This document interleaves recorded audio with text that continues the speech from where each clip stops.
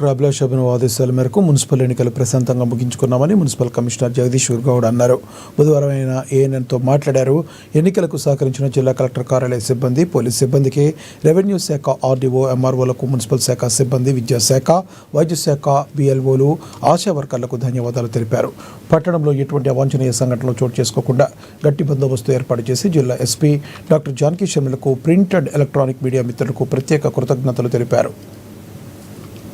నిర్మల్ మున్సిపాలిటీలో second ordinary municipal elections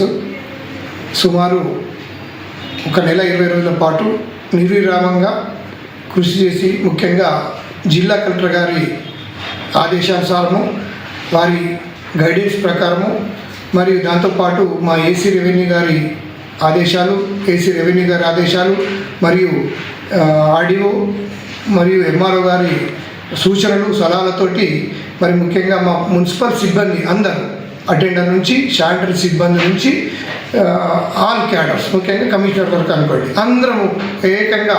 24/7 లాగా 1 నెల 20 రోజుల పాటు నిర్విరామంగా పనిచేసి ఎలాంటి ఇబ్బందులు లేకుండా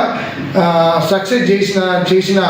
ప్రతి ఒక్కరికి, మా మున్సిపల్ సిబ్బందికి మరి అందరికీ, దాంతోపాటు మా జిల్లా కలెక్టర్ గారికి, జిల్లా అడిషనల్ కలెక్టర్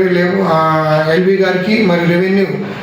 కలెక్టర్ గారికి అందరికీ పేరు పేరున ధన్యవాదాలు తెలియజేస్తూ, అందరు సహకరించిన పట్టణ ప్రజలకు కూడా, నూతనంగా ఎన్నికైనటువంటి చైర్మన్, వైస్ చైర్మన్, కౌన్సిలర్లతో పాటు ముఖ్యంగా పోలీస్ సహకారం, జిల్లా ఎస్పీ గారు సహకారం,